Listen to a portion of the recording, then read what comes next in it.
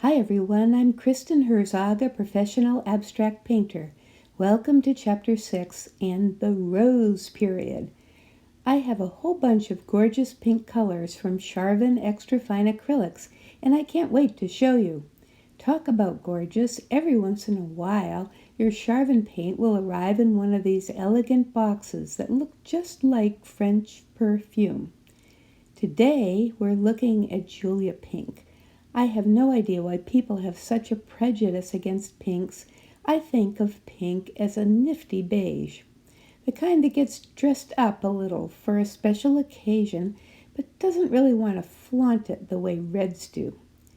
Though I have to admit, Julia Pink is pretty showy.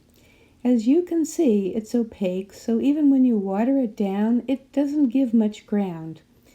Julia can be used alone for one big pop of color to lift a painting into star status, or I often will pair it with some other pinks or reds just to add variations in a larger color passage. It's the color of flamingos, although I learned recently flamingos can be a range of pinks depending on what they eat. Luckily, Charvin has every one of those pinks.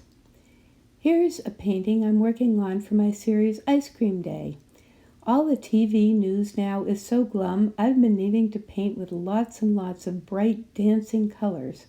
As you can see, I've really loaded up on Julia here, and then added even more pinks. Just to emphasize the happiness, I like to make some active script lines in my paintings to contrast with the shapes. Make them using a rigger. A rigger has extra long hairs to hold a lot more paint, which is what you need for a longer line. Here is a nice one from Creative Mark, Polar Flow, from Jerry's Artorama. Make sure the paint is very soupy and then carefully roll the brush back and forth until you feel it's well loaded. You'll need to practice, but it's worth it. This is also what you need to paint your signature when your painting is finished, so go for it. P.S. A rigger is one brush I wash out and repoint right away. Sitting in water long will bend the hairs, and that makes them much harder to use. Thank you for visiting. I'm Kristin Herzog, and you can see more of my work at www.kherzogart.com.